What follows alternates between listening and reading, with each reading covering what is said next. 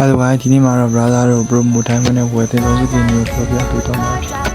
ပထမဆုံးခုအနေနဲ့ Tesla ရဲ့ epic ကို recommend လုပ်ရအောင်ဒါလည်းဆိုဒီ epic ကထွက်တာလည်းမကြဘူးဆိုတော့တရားတော်လာပါတယ်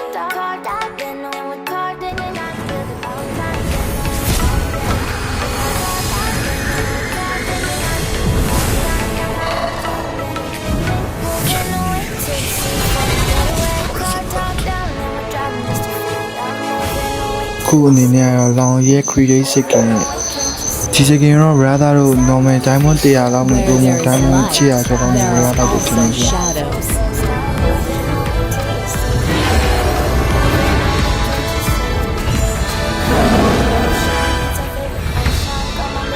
ဒီခုအနေနဲ့ပူပူရဲ့ epic ကို recommend ပေးပါမယ်ဒီကနေ့တော့လီမဘလီအတိုင်းချက်ကမတင်ဘူးစကီရဲ့ဘက်ဘာညာနေကြရပြောကြရတယ်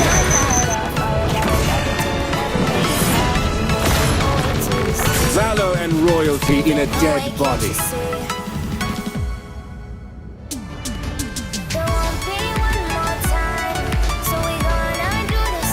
ခုအနေနဲ့တော့ CC ရဲ့9ရ anniversary skin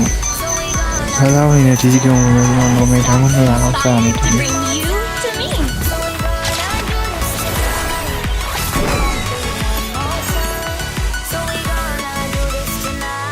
CC ရဲ့ဒီ9ရ anniversary skin နဲ့ promo time မှာချီရတော့ normal တိုင်းမှာ200ကျော်နဲ့ဝယ်လို့ရမယ်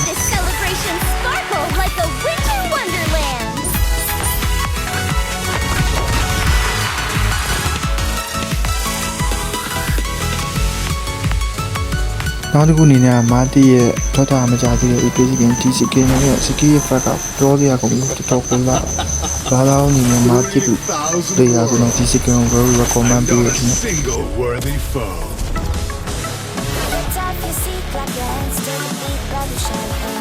မေးပလီအနေနဲ့ဒီထွက်တာမကြသေးတဲ့ Aurora ရဲ့ epic skin ကို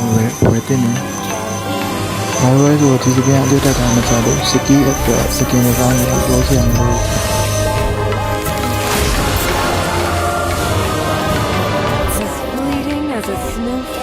Drink anybody ocean, it's our favorite potion. Come on, baby, let me tell you what time night our days are never ending. ဇာနာရဲ့ epic skin ဆိုတော့တော်လေးကိုလာရခြင်းနဲ့ပါအောင်စားလို့နေပလိုလေးကျွန်တော်ဝယ်တင်တဲ့ဒီ skin